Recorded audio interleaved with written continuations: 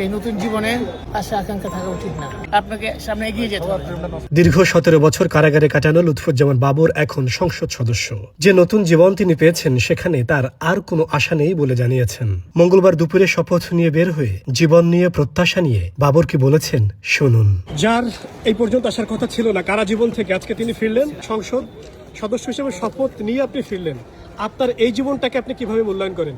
সর্বদা আল্লাহ রাব্বুল আলামিনের কাছে লাখ লাখ কোটি কোটি শুকরিয়া আদায় করছি এবং আল্লাহ পাক আমাকে নতুন জীবন দিয়েছে।